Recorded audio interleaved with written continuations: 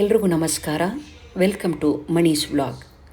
ನಿನ್ನೆ ನಾವೆಲ್ಲ ಸ್ನೇಹಿತರು ಹಾಸನದ ಹತ್ತಿರ ಇರೋ ಮಾವಿನಕೆರೆ ರಂಗನಾಥನನ್ನು ನೋಡೋದಕ್ಕೆ ಹೋಗಿದ್ವು. ಬನ್ನಿ ಅಲ್ಲಿನ ಪೂಜಾ ಕೈಂಕರ್ಯಗಳು ಮತ್ತು ಅಲ್ಲಿನ ಸ್ಥಳ ಪುರಾಣದ ಬಗ್ಗೆ ಇನ್ನೂ ಹೆಚ್ಚಿನ ಮಾಹಿತಿಯನ್ನು ಒದಗಿಸೋದಕ್ಕೆ ನಾನು ಪ್ರಯತ್ನ ಪಡ್ತೀನಿ. ಬೆಟ್ಟದ ರಂಗನಾಥ ಸ್ವಾಮಿ ದೇವಸ್ಥಾನ ಕರ್ನಾಟಕದ ಹಾಸನ ಜಿಲ್ಲೆಯ ಹಳೇಕೋಟೆ ಗ್ರಾಮದಲ್ಲಿರೋ ಒಂದು ಪವಿತ್ರ ಹಿಂದೂ ದೇವಸ್ಥಾನವಾಗಿದೆ. ಮಾವಿನಕೆರೆ ಬೆಟ್ಟದ ತುದಿಲಿರೋ ಇದು ಕರ್ನಾಟಕದ ಜನಪ್ರಿಯ ದೇವಸ್ಥಾನಗಳಲ್ಲಿ ಒಂದಾಗಿದೆ. ಬೆಟ್ಟದ ರಂಗನಾಥ ಸ್ವಾಮಿ ದೇವಾಲಯ ಭಗವಾನ್ ರಂಗನಾಥನಿಗೆ ಸಮರ್ಪಿತವಾಗಿದೆ.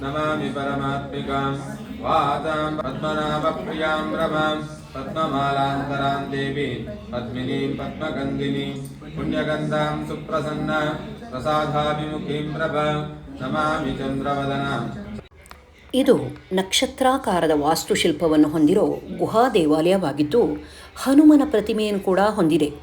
ವಿಶಿಷ್ಟಾದ್ವೈತವನ್ನು ಪರಿಚಯಿಸಿದ ಶ್ರೀರಾಮಾನುಜಾಚಾರ್ಯರು ಈ ಬೆಟ್ಟದ ಮೇಲೆ ಸ್ವಲ್ಪ ವಿಶ್ರಾಂತಿ ಪಡೆದು ರಂಗನಾಥನ ದರ್ಶನ ಪಡೆದು ತಮ್ಮ ಭಕ್ತಿ ಭಜನೆಗಳನ್ನು ಸಲ್ಲಿಸುತ್ತಿದ್ದರು ಎಂದು ಹೇಳಲಾಗುತ್ತೆ.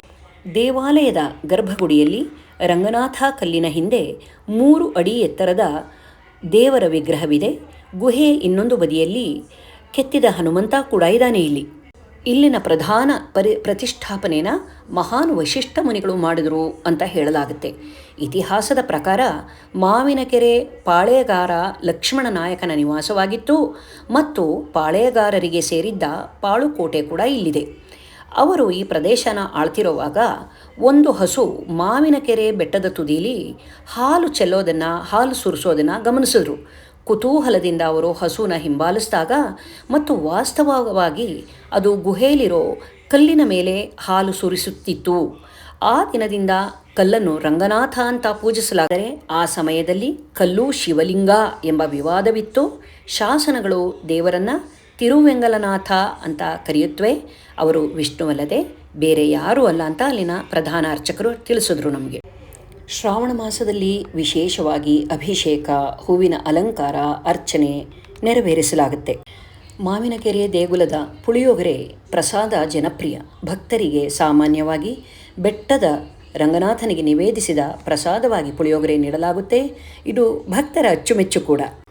ಮಾವಿನಕೆರೆಯಲ್ಲಿ ಹರಿಯೋ ಹೇಮಾವತಿ ನದಿಗೆ ಕೂಡ ಭೇಟಿ ನೀಡಿದ್ವು ಮತ್ತು ಅದು ತುಂಬ ಸುಂದರ ದೃಶ್ಯವಾಗಿತ್ತು. ಅಲ್ಲಿ ಈಜಾಡಬಾರದೆಂದು ಅಲ್ಲಿನ ಸ್ಥಳದ ಜನರು ನಮಗೆ ಹೇಳಿದ್ರು. ಅದು ತುಂಬ ಅಪಾಯಕಾರಿ ಅಂತ ಕೂಡ ನಮಗೆ ಹೇಳಿದ್ರು. ನಮ್ಮ ಮಾವಿನಕೆರೆ ಬೆಟ್ಟದ ಪ್ರವಾಸ ಬಹಳ ಸುಂದರವಾಗಿತ್ತು.